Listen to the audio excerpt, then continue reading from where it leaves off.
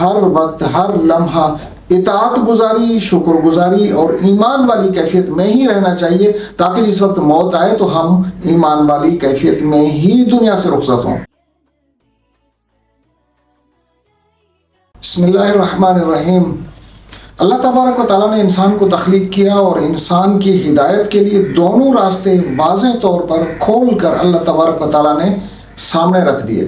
اس راستے پر چلو گے تو انعام و اکرام بھی ملے گا، اگر دوسرا راستہ اختیار کرو گے تو پھر سزا دوں گا، تمہیں ایسا نہیں کرنا ہے۔ اب انسان کو اس دنیا کی زندگی میں اللہ تبارک و تعالیٰ نے چھوڑ دیا۔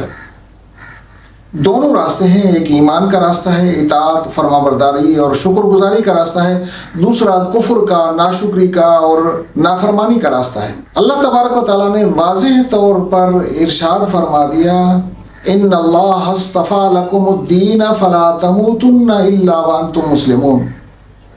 دین اور مذہب کے معاملے میں انسان اندھا ہوتا ہے۔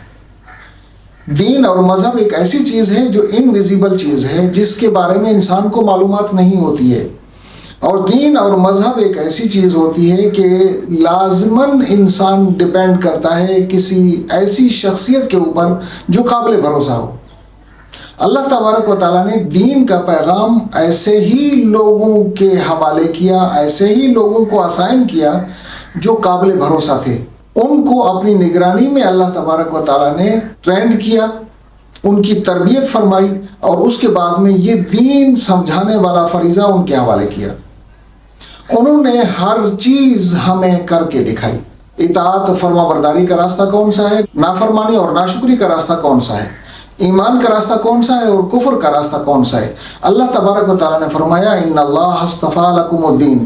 پیغمبروں نے سب کچھ بتا دیا، اب اللہ تبارک و تعالیٰ نے یہ بھی بتا دیا کہ میرے نزدیک پسندیدہ دین اسلام ہے۔ ان اللہ اصطفیٰ لکم الدین، اللہ نے تمہارے لیے ایک دین پسند کیا ہے۔ جو اللہ کو پسند ہے وہ تمہیں کیسے پسند نہیں ہے؟ اللہ نے پسند کیا، فلا تموتن الا وانتم مسلمون، تمہیں موت آئے تو اسلام کی حالت میں ہی موت آئے۔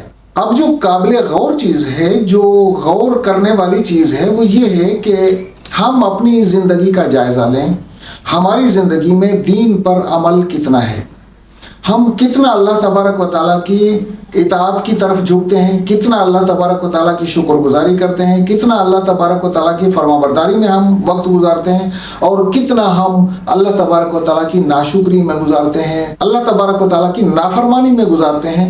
تو یہ قابل غور چیز ہے۔